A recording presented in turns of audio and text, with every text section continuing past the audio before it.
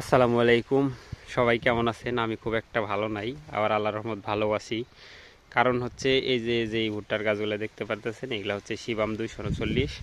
আপনারা সবাই জানেন আমি মোটামুটি 6 বিঘার মতো ভুট্টা লাগাইছি। তো আল্লাহর রহমত 6 বিঘার মধ্যে হয়তো বা দুই এক জায়গায় ওই যে নিচে একটা গাছ পড়ে আছে, ওই রকম 2-4টা গাছ ভাঙছে। কিন্তু আমার পাশের জমি আমার এক মামার, এই দেখেন যেখান থেকে আমার জমি শেষ ওইখান থেকে এই জমিটা পড়ছে, দেখেন পুরাটাই কিন্তু পড়ে গেছে।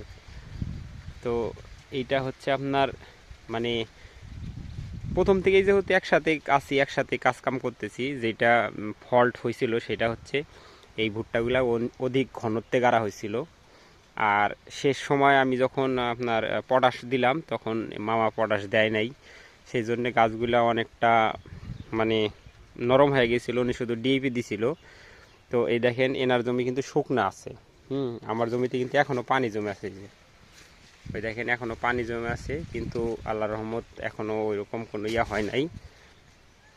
তো আপনারা যারা ভুট্টা চাষ করতেছেন অবশ্যই একটু পাতলা করে গাড়ার চেষ্টা করবেন, সেটা যে জাতেরই হোক না কেন।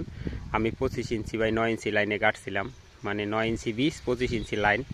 আর মামা গাড়ছিল হচ্ছে 21 ইঞ্চি, আর কোনো কোনো জায়গায় 8 ইঞ্চি 9 ইঞ্চি 7 ইঞ্চি, মানে উনি হাতে গাড়ছে, আমি মেশিনে গাড়ছিলাম। ধন্যবাদ।